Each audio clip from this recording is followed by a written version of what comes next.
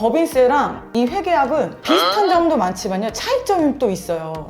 그렇기 때문에 이 차이점을 조정을 해서 회계약에서 법인세법상의 순이익으로 만들어버리는 과정이 필요한 겁니다. 여러분, 저는 수험 강의를 하는 게 아니니까요, 그냥 되게 중요한 몇 가지, 법인 실무상 중요한 몇 가지와 그리고 내가 알아두면 법인세법 절감에 좀 도움이 된다 싶은 것만 추려서 설명을 드릴 거예요.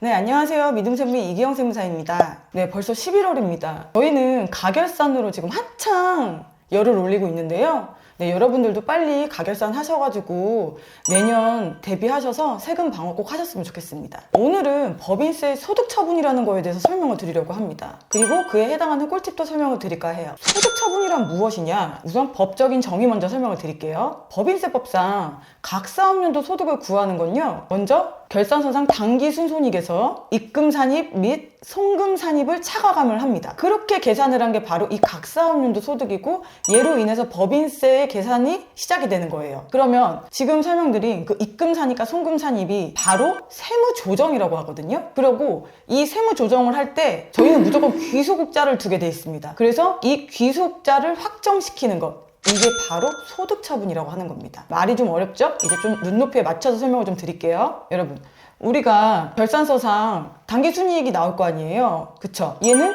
회계학적으로 계산이 된 거란 말이죠. 근데 우리는 법인세를 납부하려면 법인세법상의 계산 방식으로 계산을 해서 법인세가 나온 다음에 그 다음에 그걸 납부를 해야 돼요. 근데 이 법인세랑 이 회계학은 비슷한 점도 많지만요, 차이점이 또 있어요.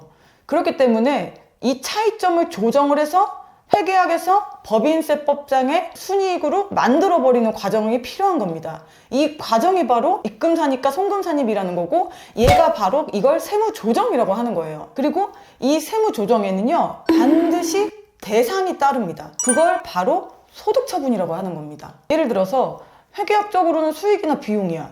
근데 법인세는 얘를 비용이나 수익으로 인정하지 않아요. 그러면은 입금산입이나 송금산입이라는 세무조정을 하게 되죠. 근데 입금산입이나 송금산입이라는 세무조정은요, 동시에 플러스 소득처분이 무조건 같이 붙어 있는 거예요. 예를 들어서 뭐 귀속자가 누구면 입금산입 누구, 만약에 뭐 송금산입이면은 송금산입 뭐 이런 식으로. 그래서 제가 말씀드린 이 입금산입과 송금산입, 이 세무조정에는요, 반드시 소득처분이 따르고요, 역으로 얘기하면요, 소득처분이 없는 세무조정은 없습니다. 말이 안 되는 거예요. 그럼 예를 하나 설명을 드려볼게요. 네, 회사에서 가구를 하나 구매를 했어요. 근데 이 가구가 실질적으로는 대표이사가 쓰고 있네? 네, 근데 회사에서는 얘를 그냥 소모품비로 처리를 했어요. 그러면은 얘 법인세법상 비용 인정, 안 인정? 당연히 안 인정합니다. 그러면은 세무조정을 해야겠죠. 우선 비용을 없애야 되니까 송금 불산입이 들어가겠죠. 그런 다음에 귀속자 누구예요? 대표이사죠. 그러니까 소득처분은 대표이사 상여가 되는 겁니다. 네, 여러분, 저는 수험 강의를 하는 게 아니니까요, 그냥 되게 중요한 몇 가지, 법인 실무상 중요한 몇 가지와 그리고 내가 알아두면 법인세법 절감에 좀 도움이 된다 싶은 것만 추려서 설명을 드릴 거예요. 소득처분은 종류가 굉장히 많은데요, 제가 그걸 다 설명드릴 필요는 없고, 소득처분 중에 사회유출이라는 게 있고요. 그 사회유출에는 4가지 종류가 있습니다. 얘들만 중점적으로 설명을 드릴 겁니다. 이 사회유출에는요, 배당이 있고요, 상여가 있고요, 기타 사회유출이 있고요, 그리고 기타, 이렇게 4가지가 있습니다. 우선 기타도 그렇게 중요하진 않아요. 그래서 얘도 패스할 겁니다. 그러면은 상여, 배당, 기타 사회 유출, 이 3가지만 중점으로 설명을 드릴 거예요. 사회 유출은요, 무조건 입금산입이거나 송금 불산입에만 해당이 됩니다. 그러니까 법인세를 일으키는 세무조정만 해당이 되고요. 그리고 기업의 외부회자에게 귀속이 되는 경우에 하는 겁니다. 그래서 그 귀속자를 확실하게 해서 그 귀속자에게 소득세나 법인세 납세 의무를 지우게 하는 거예요. 네, 그럼 하나씩 볼게요. 먼저 귀속자가 주주인 경우에는 배당으로 소득처분을 합니다.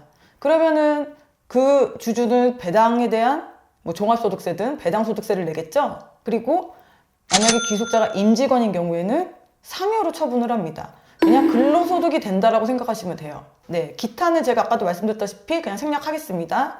그리고 마지막으로 국가나 법인 또는 사업자에게 귀속이 되는 경우에는 기타 사회 유출이라고 소득처분을 합니다. 얘는요, 추가적인 과세는 없어요. 왜냐면요, 우선 귀속자를 따지지 않습니다. 조세 정책적인 목적이 있기 때문이에요. 그리고 또 한 가지는 법인이나 사업자에게 귀속이 되는 경우에는 이미 이쪽에서 과세가 됐기 때문에 추가적인 과세가 필요 없다는 겁니다. 여러분 후자는 굳이 기억하실 필요는 없는데요. 조세 정책 목적상 기타 사회 유출을 처분한다는 거는 중요하니까 그것만은 꼭 이해를 하고 넘어가셨으면 좋겠습니다. 지금까지 사회 유출의 소득 처분 종류 4가지를 설명드렸고요. 지금부터는 이제 이 소득 처분으로 인한 후속 효과에 대해서 설명을 드리겠습니다. 먼저 상여부터 설명드릴게요. 근로소득이라고 했죠? 얘는 뭐 이렇게 되면 얘는 거의 노답이라고 생각하시면 됩니다. 여러분 근로소득은요, 아무리 내가 연말정산거리가 많아도요, 연말정산도 한도가 있고요. 거기다가 우리 유리지갑이라고 하죠? 투명합니다. 거기다가 필요경비가 없어요. 그러니까 얘는 그냥 내가 절세를 할 수 있는 방안이 없다고 생각하시면 돼요. 거의 대부분 없어요. 솔직히 말씀드리자면. 거기다가 플러스 알파로 4대 보험료도 딸려와요. 그러니까 얘가 되면은, 그러니까 근로소득으로 과세가 되면은 정말 세금 내다 죽을 수도 있어요. 그렇기 때문에 제일 최악의 소득 처분이라고 생각하시면 됩니다. 그리고 또 얘는 내가 진짜로 썼어. 그래서 나로 이게 소득 처분이 됐어. 그러면 그래도 억울하진 않죠. 근데 문제는 뭐냐면요, 회사에서 장부 작성을 제대로 안 하는 거야. 그러다 보니까 얘 어디 썼지? 얘 어디 썼지? 이런 게 너무 많아지는 거죠. 얘도 대표자 상여로 징벌적 성격으로 소득 처분을 하게 됩니다. 그럼 진짜 억울해요, 안 억울해요? 되게 억울한 거예요. 그러니까 여러분 장부 작성 잘 해야 된다, 안 해야 된다? 잘해야 됩니다. 그래야지 이런 소득 처분 부과 안 되는 거예요. 배당도 마찬가지입니다. 배당소득도 답이 없습니다. 필요경비 있어요, 없어요? 없어요, 배당소득도. 배당소득은 연말정산이라는 것도 없습니다. 2천만 원 초과되면은 당연히 합산과세고요. 그리고 여러분 배당소득이니까 4대 보험 안 나온다고 생각하는데 그거 착각이에요. 배당소득도 소득 크면요 지역보험료로 나옵니다. 건강보험료가. 그러니까 그 부분까지 생각하시면은 배당도 결코 유리한 소득 처분이 아니에요. 그러면 제가 아까 전에 후속적인 처분이 없는 게 기타 사회 유출이라고 했잖아요. 얘는 좀 만만하겠네요. 그쵸? 아까도 말씀드렸다시피 기타 사회 유출은 추가적인 세금을 일으키지 않아요. 그냥 회사 자체에서 법인세만 더 내면 됩니다. 그럼 제가 여기서 재밌는 걸 하나 말씀을 드릴게요. 보통 저한테 차에 대한 문의를 많이 하세요. 세무사님, 차를 계약을 하려고 하는데 법인 명의로 계약을 하는 게 나을까요? 그냥 제가 계약을 하는 게 나을까요? 어차피 한도가 있어가지고 뭐 비용 인정도 많이 안 되잖아요. 이런 식으로 질문들을 많이 하세요. 여러분 그러면은 개인 비용으로 리스를 하는 게 나을까요? 법인 비용으로 리스를 하는 게 나을까요? 여러분 당연히 법인 비용으로 리스를 하는 게 낫습니다. 제가 대표이사예요. 만약에 내가 내 개인 명의로 차를 계약해요. 그럼 저는요 제 돈으로 당연히 리스료를 지급해야겠죠. 근데 나는 그 리스료를 지급할 수입이 어디서 날까요?